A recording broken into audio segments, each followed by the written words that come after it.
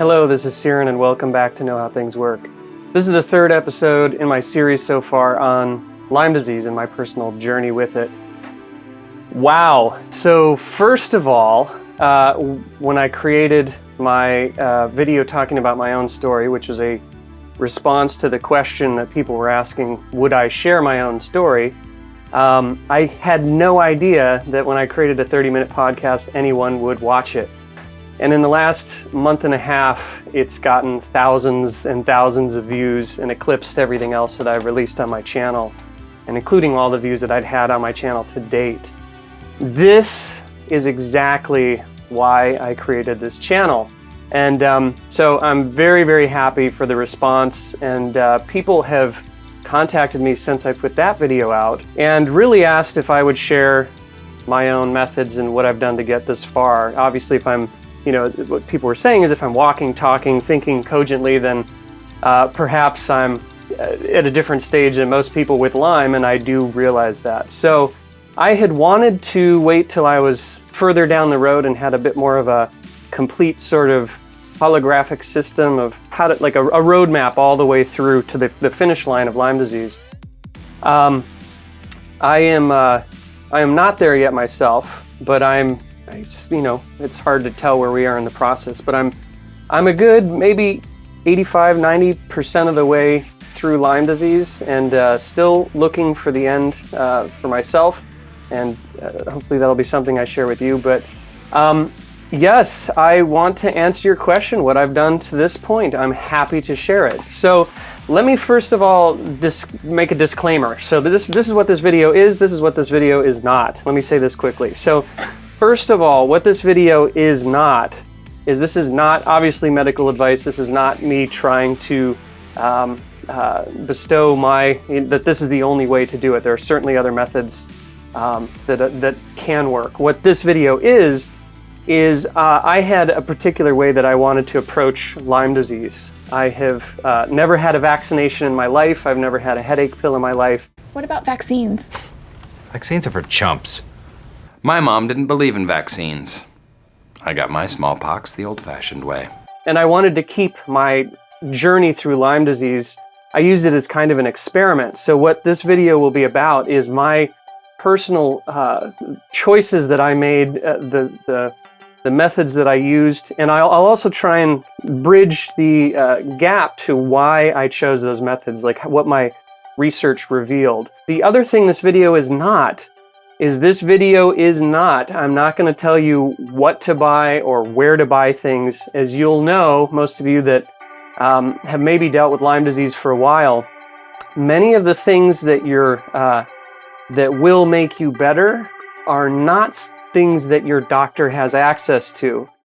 As I mentioned in my last video, my research revealed that beyond the 2-week window of initial infection, antibiotics were largely ineffective because Borrelia can instantly transform into cysts, which makes them impregnable to antibiotics, changes in pH, and even most natural defense mechanisms. I was reading so many personal accounts from those who took antibiotics, sometimes for years, with heart-pick lines mainlining antibiotics straight into their veins until they were withered and demoralized.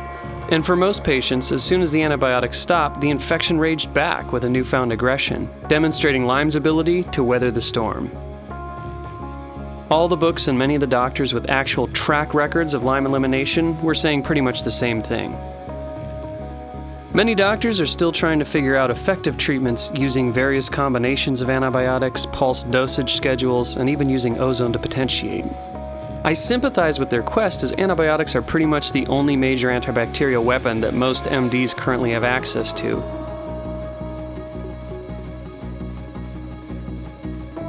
But it's a heartbreaking theme I continue to see playing out.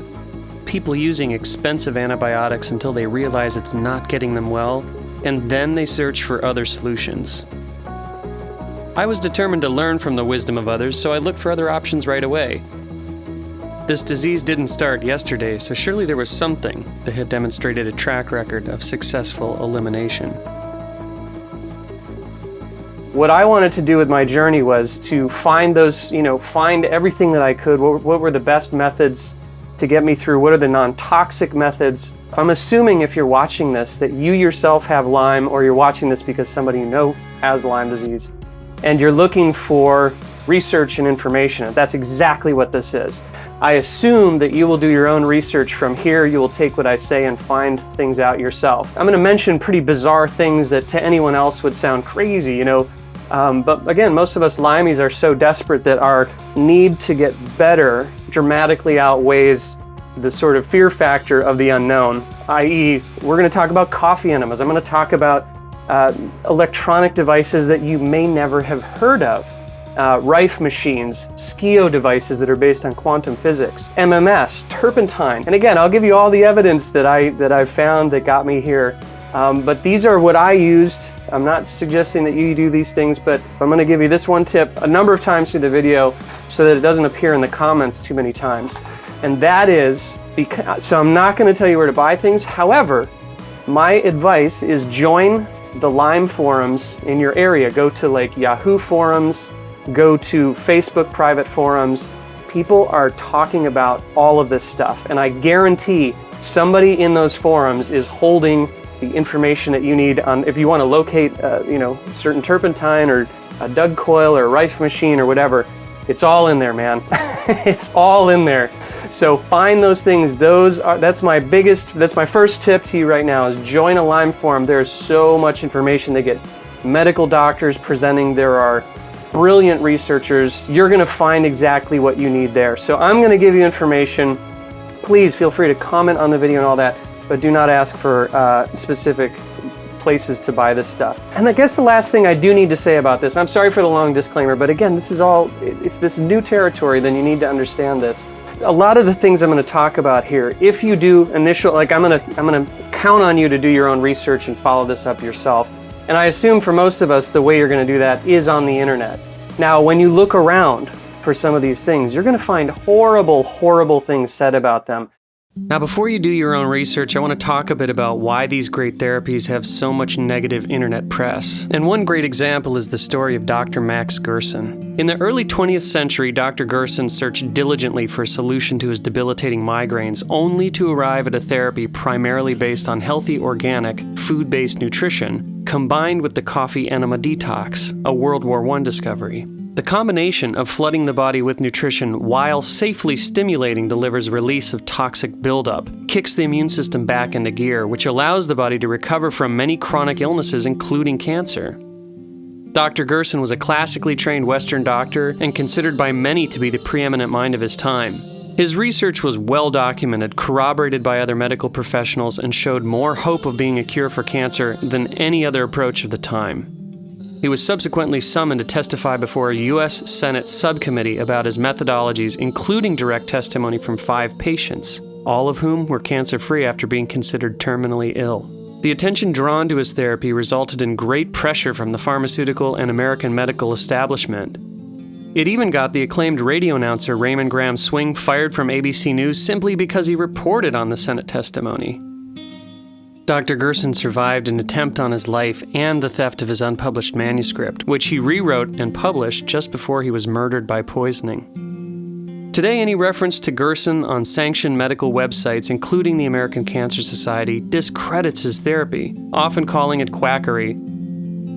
People continue to heal themselves using his therapy all the time. If it is indeed quackery, why are such great lengths being taken to silence his research? It was really hard for me to consider that someone might actually be suppressing cures.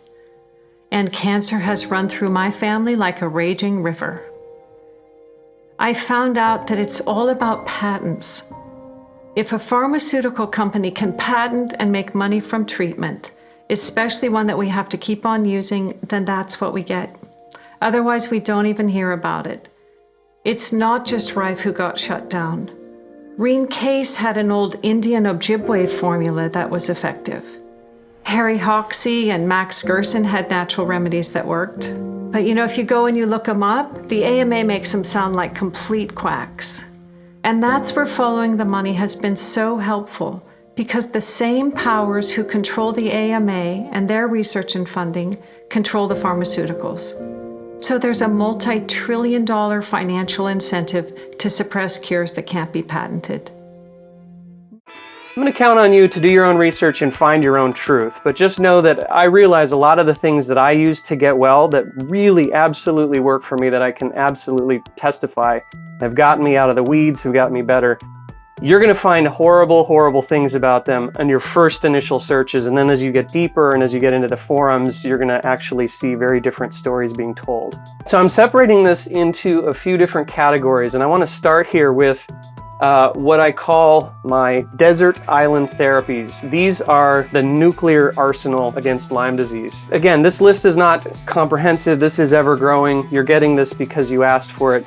I am not myself entirely free of all my symptomology, but as you understand Lyme, the symptoms that started to show at first are the last ones to go. So I'm down to like the last 3 or 4 symptoms to go, which for me are the night sweats, the internal tremors, the tinnitus, which is the ringing in the ears. Those are basically the main symptoms that I'm back to. So I'm in a much better shape than I was a year ago, even a few months ago.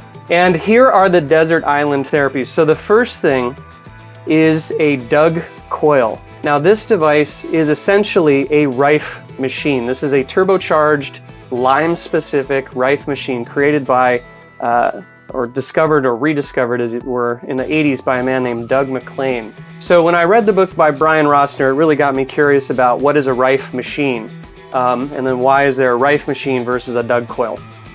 So first we have to look at the work of Dr. Royal Raymond Rife. Now, almost 100 years ago, Dr. Rife invented a microscope that allowed him to observe and film the effects of sound frequencies on various microorganisms. He discovered that every microbe had a different mortal oscillatory rate, a frequency that would kill it.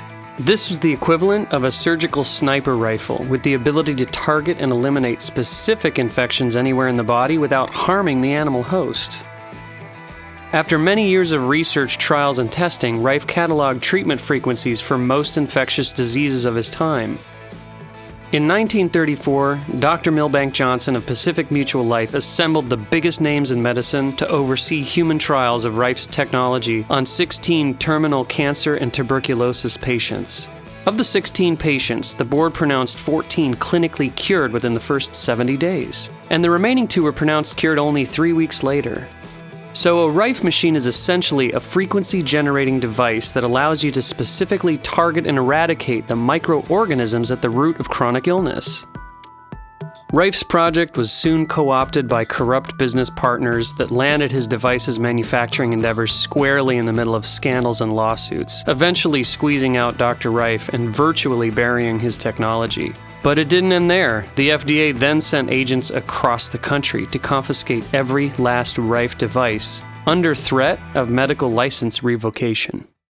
So what is a Doug Coil? So a Doug Coil was discovered in the 80s by Doug McLean, who has stayed very much out of the limelight, no pun intended. But what he has done, and you may hear some fireworks in the background, I'm recording this the day before 4th of July. So the Doug Coil was discovered by Doug McLean. He had his entire family, including himself, was infected with Lyme disease. He pretty much crawled himself down into the basement and began experimenting using, sort of rediscovering Rife-style methods. He'd gotten from the CDC the spirochetes of Lyme, put them under the microscope and tried different radio frequencies until they stopped moving or blew apart or twisted and broke. So as he was watching them, he was trying to find different frequencies, and eventually he found one that worked. His wife came down to observe what he had done, and during that process, they both were inadvertently getting a giant treatment because the Doug Coil was sending out this magnetic field. So as they were observing it, they were actually themselves getting Lyme eradicated from deep parts, the recesses of their body. And they had a Herxheimer die-off the next day, which is, of course, as you know, the reaction to the death of the little spirochetes. So that was the invention of the Doug Coil. This device is probably one of the most tried and true. So this goes back to the 80s. Lyme doesn't seem to have a whole lot of life before the 70s. That's really when Lyme, Connecticut discovered it, and it got coined as Lyme disease. So this was one of the longest tried and true methods of eradicating Lyme from the body. The reason that I chose it was because from all the research I did, it will absolutely penetrate the body. So a normal Rife machine has some kind of radiant device or some kind of thing that you hold on to and it transmits a carrier wave through your body. This device is a giant Tesla coil and it emits a giant computer erasing, magnetic, cell phone erasing, credit card erasing cloud, 5 or more feet wide, that will penetrate deeply through your body, and using different frequencies, it will blow the Lyme up wherever they are, drilled into your bones or whatever. This has the longest track record of success. There's a whole other part to this, which is that when you get into the Doug coil, obviously there are different people making Doug coils out there, but then the trick is to find what frequencies. So this is a personal journey for everybody, depending on co-infections, depending on where you are in your personal journey. You're going to need to find those different frequencies. There are some new inventions that are on the horizon that I hope to cover in future episodes. Right now, the Doug coil is a very singular device. It looks like a machine from 100 years ago with toggle switches for the most part in this. There are a couple more elegant designs coming out. There's even one coming out that can scan your body and actually determine what frequencies you need to sort of treat the layer of the onion.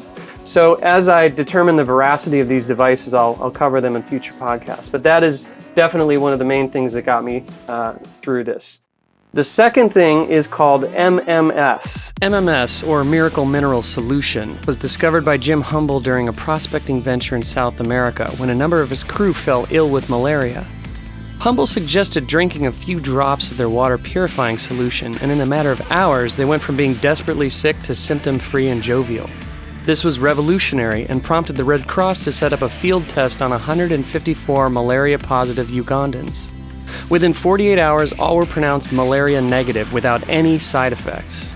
Sometimes referred to as poor man's ozone, MMS has been shown to oxidize everything from viruses to heavy metals. You heard it right, it removes heavy metals too. And since I, like all Lymies, tested high for a gamut of toxic metals and had loads of co-infections, which the ticks carry as well these days, MMS has been one-stop shopping. MMS comes in 2 bottles, and when a few drops of each are mixed together, they create chlorine dioxide, a potent delivery mechanism for oxygen. Each glass of MMS keeps oxygen active in the body for over an hour, and when it's run its course, all that remains is a solitary grain of salt. I've been drinking a glass every hour, 8 hours a day since March, and built up slowly from a drop of each per day to 24. Now, I wouldn't count on it to kill all the rooted Lyme bugs themselves, but hey, at $20 for a few months worth, and with the ability to oxidize our heavy metals as well as kill every virus in town, MMS packs a mean southpaw. It's been around a long time. I've talked to people that have known about it for decades, for a couple of decades. But this is a tried and true method of eradicating most bacteria from the body. There doesn't seem to be a lot of cases of this getting people to the finish line. I really think the Doug coil and the electromagnetic therapies of like the Rife machines are the way to go for that, but this can get you out of the mud. We've got friends of ours that have used this for Lyme disease when they've been in really, really bad shape, and it has, just by adding in glasses, small amounts of MMS, they've been able to get back to work, get back to life, and really take some of the layers off. So that's a very, very powerful thing. The last thing I'll say about it, you're gonna when you do your research again in these forums, I'm not going to put any links out for where you can find this stuff. The FDA is trying very hard to dismantle the sale of this, but again, join some forums. You'll find people that know where to get it, people that have it. It's very inexpensive as well. This is like, we're talking $20 for like a few months worth. For Lyme disease, you're going to use it a lot, and $20 will get you months and months worth. So very inexpensive. The Doug coils are definitely more expensive. They tend to be in the couple $1,000 range. The reason I chose these is because they're affordable, they're accessible. I can do them in my home. I don't need to go somewhere and have them done. Because otherwise, I would put ozone therapy in this category. I did a little bit of ozone therapy. There are a few different ways to have it done. You can insufflate it where it's like a gas. You can do it through injections. You can do it through IVs. There's just really a lot of ways to do it. Ozone therapy has a good track record. But again, you are now relying on another person, a medical doctor. You have to go somewhere. It's a bit more expensive. You can't do it in the comfort of your own home, typically. But there's a lot of research on ozone therapy. So I did not use that myself to get well. I did it a few times, but it really requires a lot of use. There is another device that I'm currently evaluating. If it turns out to be what I think it is, it may be the single best treatment, called a SCIO. It's based on quantum physics. The inventor apparently was a NASA research scientist. I'm still in the process of evaluating whether or not I believe it's entirely useful for this or not. But I'm putting it in here because I suspect that it's legitimate. Moving on. So now let's talk about the workhorses. These are the things that I used that were essential at getting me out of the weeds, like out of the really hardcore stuff. These aren't necessarily in any particular order, but I will start with turpentine therapy. This sounds crazy. Now, I've talked to many people about this. I've had dozens and dozens of friends that I now know who have done this. One of the things that happens to every Lyme person is we get candida. We really need to deal with our diet. Candida is the mold, the fungus, the yeast that grows and overtakes our stomach. And when that happens, it's changing our metabolism. It's really causing a lot of problems. It's literally gumming up the works. What I decided to do was I found the work of Dr. Jennifer Daniels, who was a Harvard medical doctor, and she discovered that basically drinking small amounts of turpentine, which was an old slave remedy, in fact, your grandparents knew about this and forgot to pass it on. But that basically there's a turpentine therapy protocol, which you can find out there, again, in these forums and such, that will, for me, it was amazing. So when I first did turpentine therapy, I was not able to stay awake for more than 4 hours, and I was not able to sleep for more than 2 hours. It was a pretty miserable time. That was a big part of when I had to shut down a lot of my business. I did turpentine therapy for 2 to 3 days a week for, I think, 2 or 3 weeks, and pretty much resumed my schedule after that. Like, I was able to stay awake. I didn't have everything back, but I had my energy back. I was awake. I was able to function again. That was a big thing at getting me out of the weeds. Do your research on these things. You'll find things out there. Simpson Oil. Oh my God, this stuff is a savior. So look, I don't know how you feel about medical marijuana, but again, if you have Lyme, we're looking for all the things that we can. There's a great documentary on YouTube you can watch called Run from the Cure, which is about Rick Simpson, a man up in Canada that discovered that basically, I think it's 60 grams over 3 months of, it's a highly, highly concentrated from like a pound of product down into like a gel or almost like a clay. For me, it got me back to work. Like, I was pretty much done. In the evenings, I would lose all my steam. This thing got me done. In fact, I released the Elijah video. I'd had footage filmed for 4 months, sitting there on my hard drive. I never had, outside of all my research and my healing, I didn't have any extra energy. This got me back in the game. So if you're in now again, we're dealing with the legality of this one. This one, if you have a state, if you live in a state like Colorado, California, and more states are popping all the time. Florida's about to pop. Washington popped. All these different states have now legalized it. That means you can get a prescription. Your regular doctor probably won't give you one, and then find Rick Simpson Oil. Again, this is a whole world you're gonna just have to research and look into. But that really, really worked for me.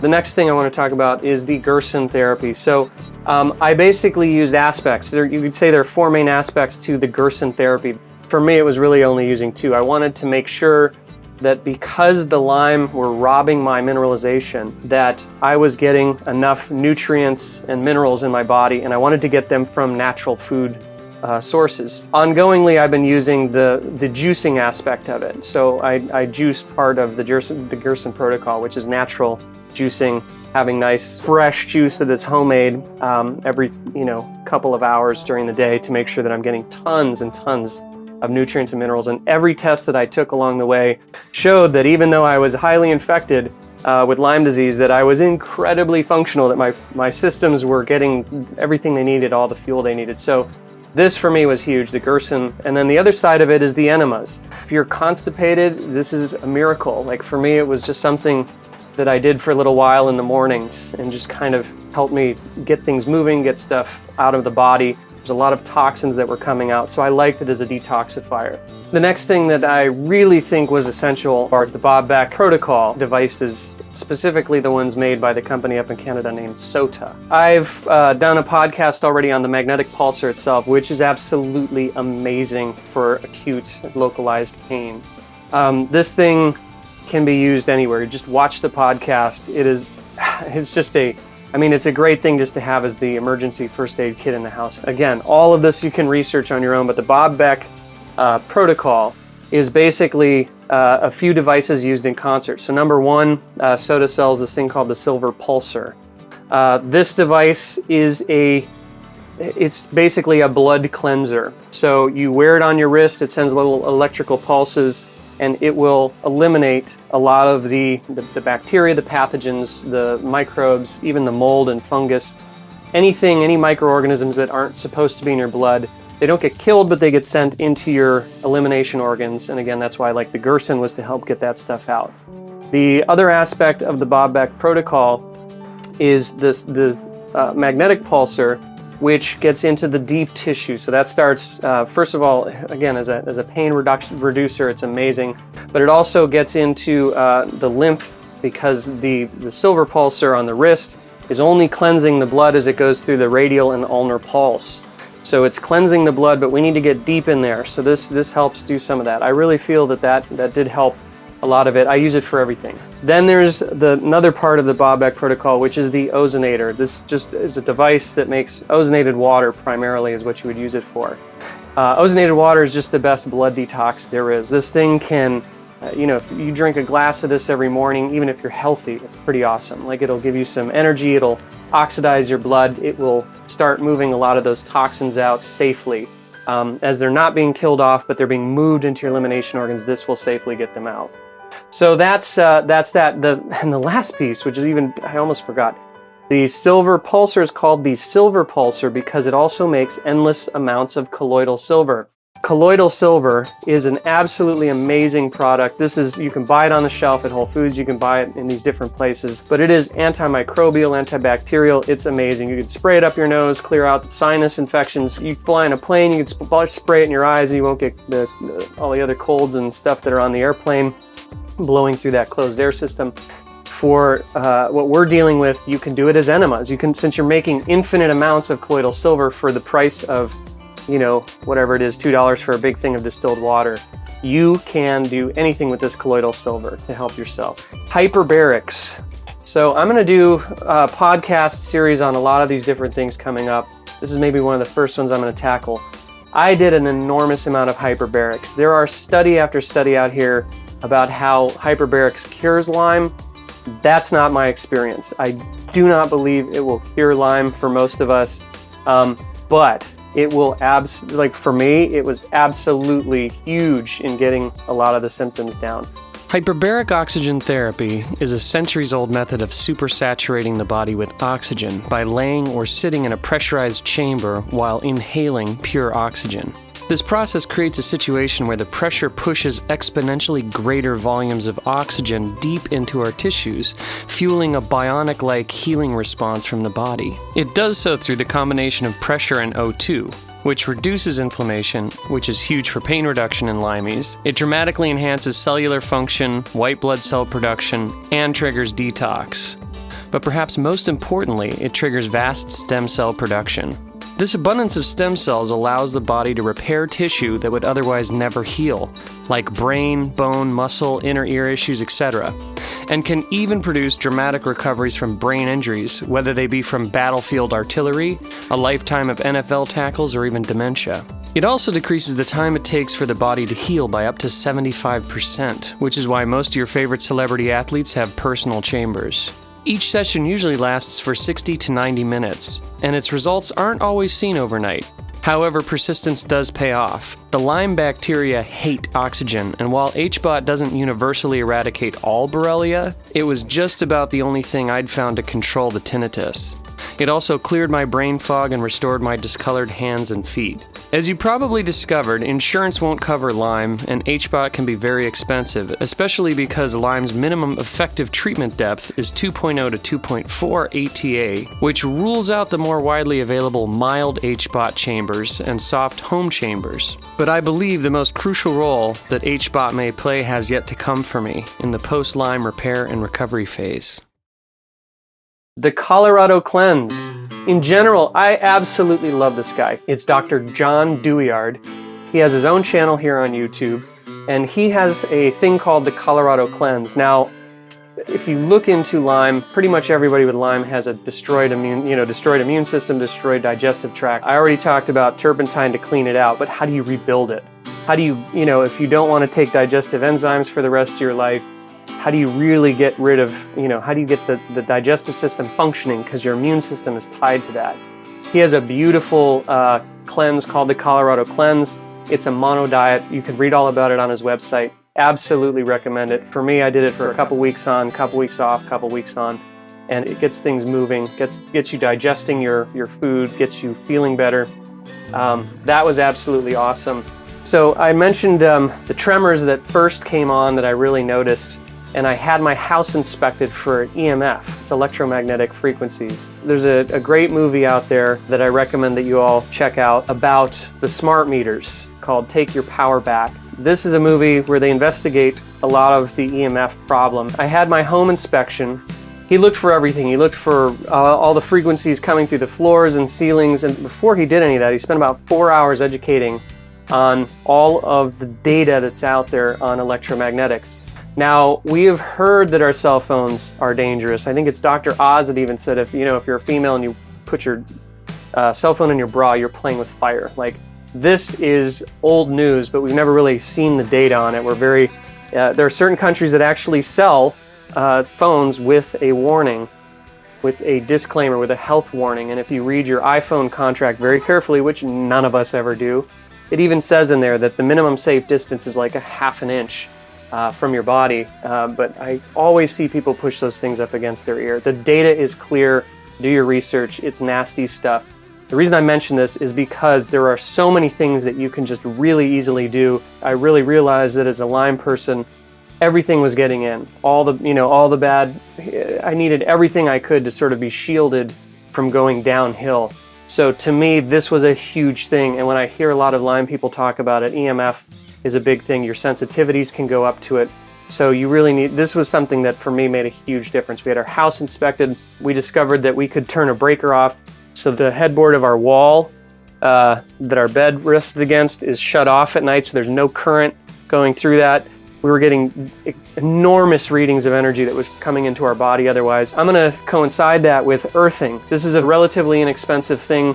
You can watch a documentary on earthing called The Grounded, which is on YouTube for free. This movie sounds too good to be true. It's a man up in Alaska that used to work for National Geographic that basically discovered that grounding to the earth, meaning that little third prong in your outlet, is a grounded wire that goes down into the earth and connects to other pipes and things that go literally into Mother Earth.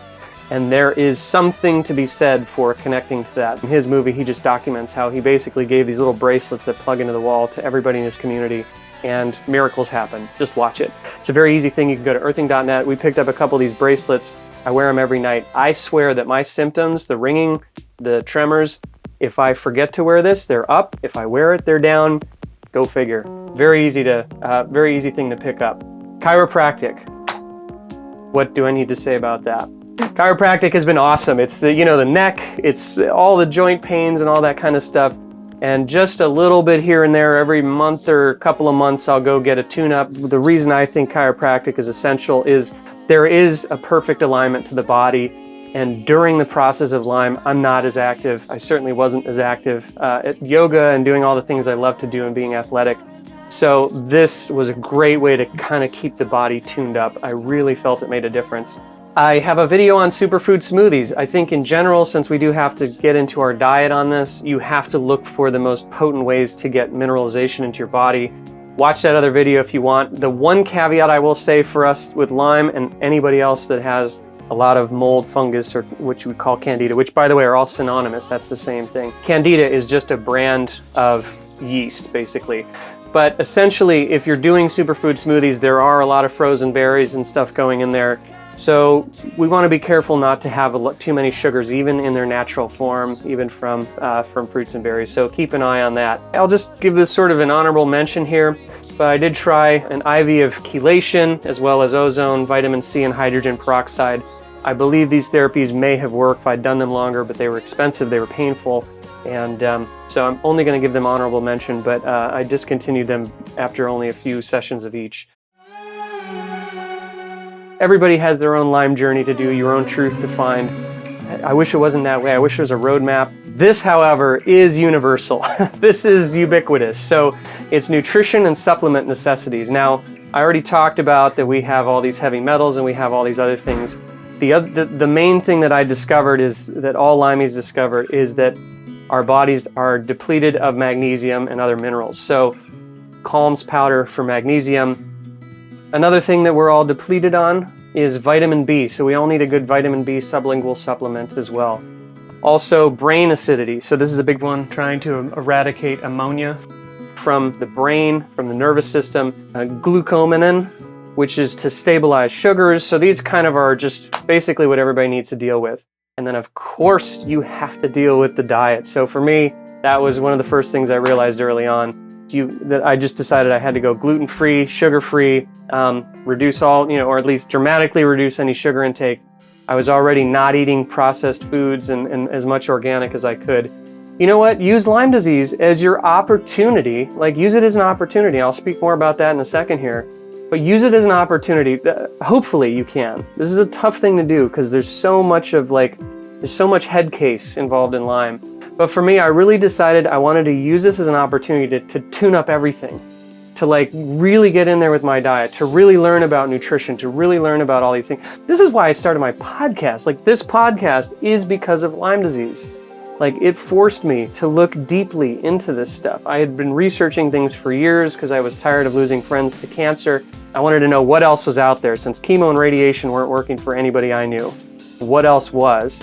I discovered this open door. Next thing you know, I'm sick with my own stuff and I had to really go further down the rabbit hole. Okay, so this segues nicely into the last section, which is the lessons of Lyme disease, things that I learned from Lyme disease that I think are incredibly beneficial. Certainly find an LLMD, find a Lyme literate doctor in your area. There are people that are Lyme aware, like my doctor was aware that Lyme disease was a thing, which is a bit of a, there are some doctors that do believe it's a thing. That's a little weird. But there are also doctors that are competent at dealing with it, Lyme literate doctors. So that can be, that's obviously a great resource.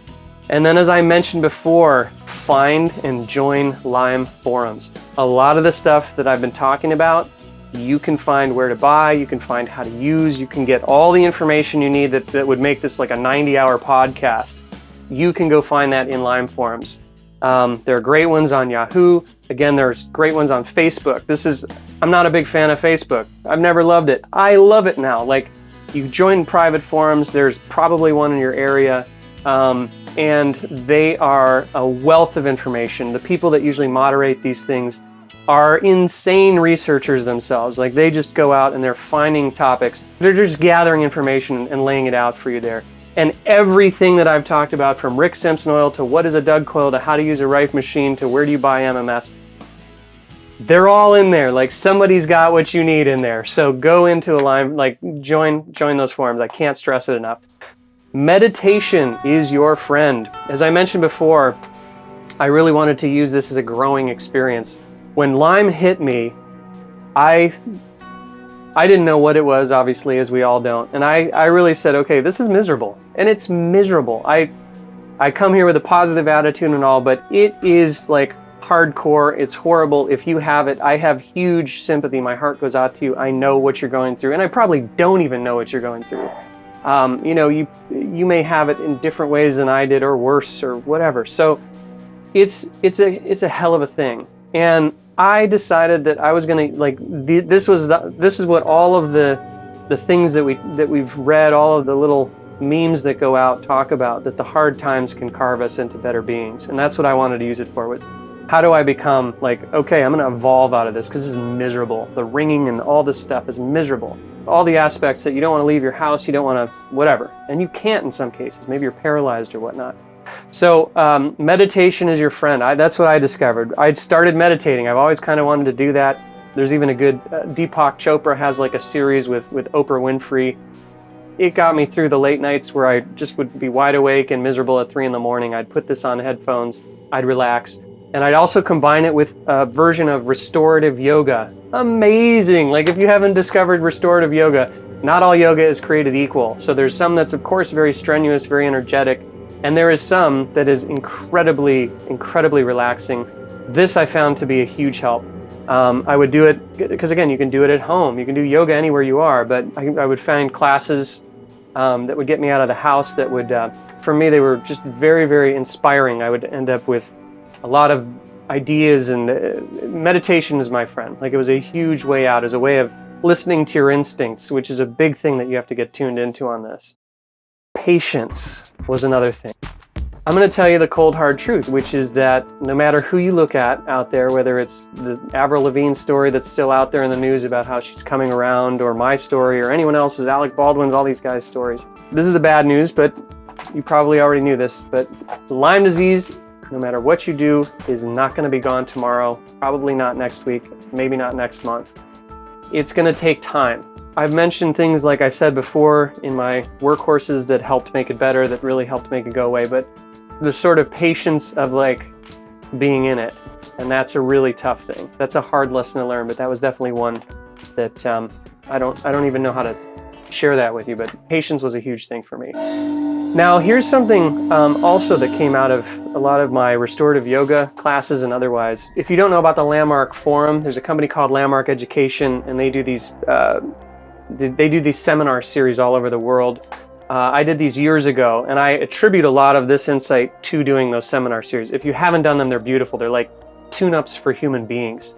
They take you out of your life. You're in a seminar, you're in a room that looks like a big classroom. It's just a big discussion. Somebody up in front of the room, kind of like lecture hall style, is discussing these beautiful different distinctions that really are sort of just mental exercises. And the next thing you know, you have a whole new perspective on things. And the biggest thing that I would say is that Lyme thoughts are not your own. I mean, this was probably the single greatest lesson I learned, is Lyme thoughts are not your own. They're not your own. So like, I was having these thoughts of, depression and suicide and all this, and it was really, I had to get out of. I started asking people questions like, how do you deal with fear? Like, my wife had a beautiful answer, which was this idea of finding out who is you, like who is you, the consciousness that's observing this. I know this sounds esoteric, but I'm telling you, man, for me, this is where the hard times made the esoteric practical.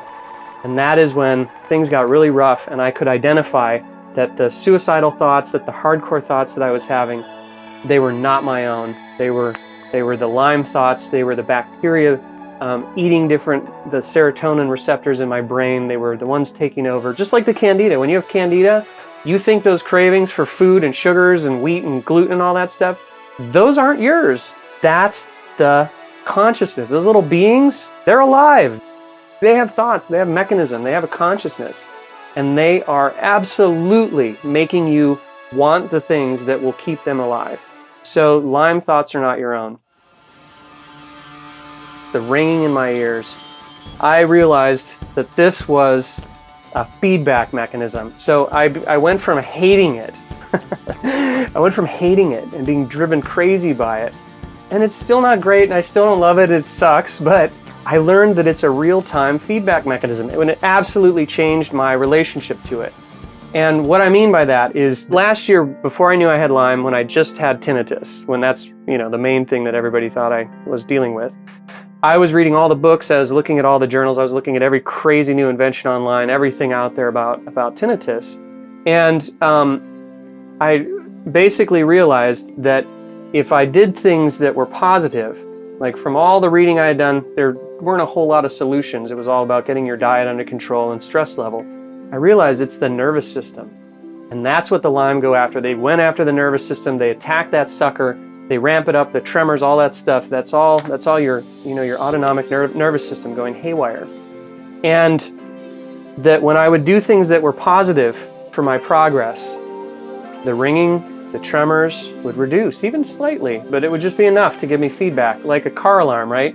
The Western world, the difference between this and the Western world, right? Car alarm goes off. We're talking about a car alarm like as a cancer. So somebody has a cancerous tumor, and that's the car alarm. So it's like, burp, burp, and you need attention, attention, attention. You go to the doctor and they say, oh, let's take that out. That's the equivalent of like dismantling your car alarm. They're not looking at what happened to set it off. Was it somebody trying to steal your radio? Was somebody breaking in your car? Did a Harley Davidson drive by? Like, we don't know what the source is. Just take the car alarm out. Did you eat a lot of paint chips when you were a kid? Why? If I learned to befriend that system. I learned to befriend that feedback mechanism. It was telling me something is going on. So I've been using that. Like when I do therapies, it comes down. When I do stuff that's good, when I do stuff that isn't working. And by the way, some of these things aren't working anymore. The Simpson Oil, for instance, it worked for a long time. It really helped me out a lot. It helped me everything, social anxieties, energy level. It probably even did some antibacterial, antimicrobial things that were beneficial. But now it's kind of doing the opposite for me. I have to sort of evaluate that for myself after months of using it. So I befriended the tinnitus. Conquering fear and discomfort, that's everybody's journey. And for me, it was a dialogue. I just talked to people a lot about fear. I just use this as an opportunity to engage people in more profound conversations than we typically have about NASCAR and baseball. You suspect I'm probably not that guy that would talk about NASCAR and baseball to begin with. Now, I mentioned before in my other videos, I'll put them up here again. There are a few major labs that really do a good job. IGeneX is still, as of today, still at the top of the list. I'm going to add a fourth one at the bottom, which again, I'm still observing all of this, but I believe the SCIO is now a major contender. This device can scan real time in your body and determine the level of infection, determine the specifics of the co-infections and all that as well. This is a very simple tip. Your cell phone alarm is your best friend. You're going to find this out for everything. I set my alarm for when to eat. So every 3.5 to 4.5 hours or so, I set the alarm. It also trains me to have a metabolism in the right place. I set it for, you're going to end up potentially taking everything from magnesium to other supplements to whatever you need, and your cell phone alarm. If you're not already using that, take it out of your brain. When Lyme hit, I was sort of forced to assess my community around me. I wanted to assess my community and the media that I was looking at. Like, what are things that are very, very positive and empathetic energies, and what are the ones that are really kind of like diminishing my energetic flow? We don't say it out loud, but we think about, like, when we're with people, like, is this somebody that I'd be with in a foxhole? Who are the ones that are, like, being around them is energetically going to be supportive of this? It's a bit of an interesting thing because you may be living with crazy family members and other people in your life, and you got to make decisions about all that. And I tell you, as far as relationships go, this one will set your relationship on a very particular course. It will either carve your relationship in stone or it will dismantle it. You are going to become a very different person during this process. And for me, that was the case. And I happen to have, my wife and I ended up really having this powerful, like, we've made it very, very beneficial for our relationship. But it's not always the case. There's people, and family members and stuff, I hear about people living in those environments. You just have to make decisions. You have to get out of the ones that really don't allow you to heal, because it's, like I said, it's not going away next week. So you need to be around people that are supportive. You need to be around energies that are supportive. And I mentioned media. You need to be around media that's supportive. And what I mean by that is, you're probably, if you're watching this, God, if you're still on this podcast, then you are probably doing a lot of research yourself, like I did. And it's a dark field of research. Lyme disease is a very dark, there's not a lot of light in it. When you're looking in the research, it's a lot of hardcore bad news. So how do you counter, for me, it was like I dial up The Office at night. I found that media is very important. Making sure that I laughed, making sure that I was around people that were jovial, that were lighthearted, that were compassionate. That was a very good thing to do. In fact, my dad said something to me once that it drove me nuts when he first said it, and then I realized that he was absolutely right. So I was recounting all of my research to him, and he gave me the Nietzsche quote: if you gaze long enough into an abyss, the abyss will gaze back into you, right? The idea that eventually, if you look too much in the darkness, then hey, guess what? You become Batman. So, at first I blew that off, but you gotta keep it light. You gotta keep this media around you. I'd absolutely recommend this beautiful movie by Tom Shadyac, who's the incredible, successful director that discovered Jim Carrey, and he himself had an incredibly bad compression injury and then went on a quest to discover what was life about and his happiness. So the last lesson I want to share, and this to me was probably the most profound of the whole experience with Lyme disease, is that no one will understand what you're going through. Like if you have cancer or any other disease from the established disease canon, from this register of approved diseases. If you have cancer, people will listen to you. If you have cancer, people will run 5Ks and pass acts in Congress and start telethons and buy bracelets and pink things to the tune of billions of dollars a year to raise funds for research. If you have Lyme disease, you'll get letters from your health insurance company saying that they can't cover any of your treatment because the IDSA guidelines don't recognize your condition. If your dad has cancer, people will organize workshops and therapy groups for you and tell you that it's okay to express your feelings. If your dad has Lyme disease, people will tell you that he doesn't love you, that if he loved you, he would get better. If your husband has cancer, ladies from your church will show up at your door with casseroles. If your husband has Lyme disease, ladies from your church, people in your own family will tell you that you should leave him. They'll call you an enabler. But you'll be too busy helping him crawl from his bed to the couch or studying him as he stands so that he can use the bathroom to wonder what exactly you're enabling him to do. If people ask, "Is your dad sick?" and you say, "He has cancer," their eyes will well up and they will say, "You know, if there's anything we can do," and they will mean it. If people say, "Is your dad sick?" and you say, "He has chronic Lyme disease," they'll look confused for a minute, and then they'll smile and shake their heads and say, "Well, at least it isn't cancer." No one's going to get it. Not your spouse, not your partner, not your siblings. No one is going to understand what you're going through. And that has to be okay. We have to be okay with that. Nor should they actually experience what we're going through. They shouldn't. It's horrible. This is our journey, not theirs. And they shouldn't understand it. And a lot of us suffer, like trying to make people understand it. And we have to be okay that no one else will understand it. That's what the Lyme forums are for. That's what the Facebook groups and the Yahoo groups are for. We're going to find like-minded people. Meetup.com may have some of these groups in your area. I'm telling you, everybody doesn't need to get it. This is our thing. And that's just how it is right now in the world. Nobody knows what Lyme disease is. It's our job to educate them to some degree, but you know what? They don't need to know every little horrible detail. That's our thing. And the more we talk about it, the more we sort of make it real. Anyway, these were my experiences with it. People continue to search for drugs and other medications to fight the bugs. But in my mind, a beautiful answer was proven over 3 decades ago. Energy in the form of electrical frequencies. And major advances in the automation of energy medicine are hitting the market all the time.